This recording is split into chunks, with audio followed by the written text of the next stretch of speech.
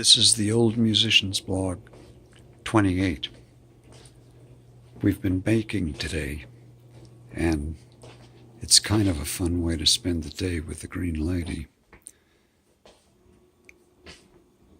This was my rendition of my baking skills. It's kind of an oatmeal, but it doesn't have too much. It doesn't have much sugar in it.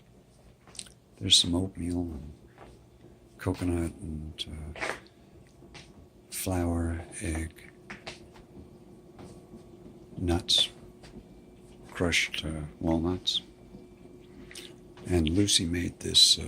This was really, really good. It was made out of two other things: a maple candy that we'd made some time ago, and then also some cookie that we called oily cookie, because it had become so oily with coconut oil in it that the oil just kind of oozed out of it. So it's kept good all this time in the refrigerator. So Lucy turned it into this other little, it's like a little cake. So, and that really tastes good. Mine don't taste so good, but they have a personality.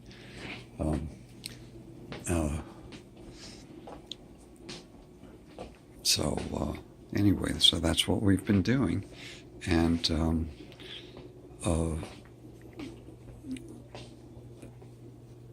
I've been reading this book by Terence McKenna, and called True Hallucinations, and they actually go to the Amazon, him, his brother, and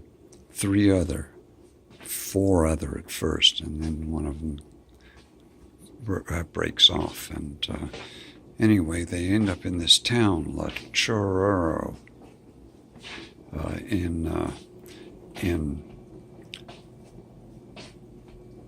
in South America someplace, and they find these mushrooms, magic mushrooms, in the Amazon, and they take them, and the mushroom kind of has a plant agenda. It has a plant and a plant agenda and a plant personality, and it likes to be recognized. And Dennis, Terence's brother, has this experience with the sound and with being able to make this sound, and he's convinced that the sound changes the earth, it changes the world, it changes everything, and that this is something real. And he has this so convinced of this that two of the group who think that everything is kind of psychological in nature in terms of perception, that these things don't have a concrete reality to them, that they kind of broke away from the group, and they are living in two different places, but they're still interacting and everything, but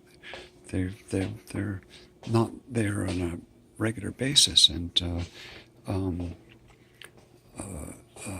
and then they set out to prove that what Dennis's experience is a reality, and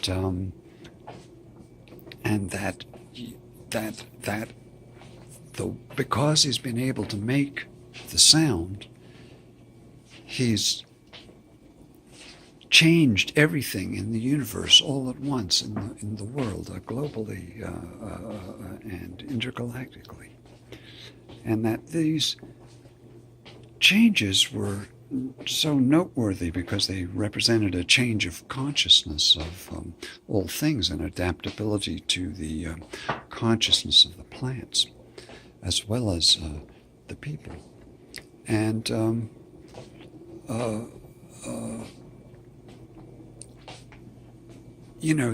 that's where it's at, where it's at. They all have their own personality, they all have their own function, they all have their own ability to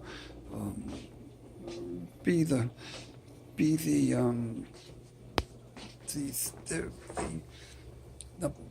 the black cat eating, like they are. They have to be able to be that. Because that's what they are. That's what everything is. It is what it are.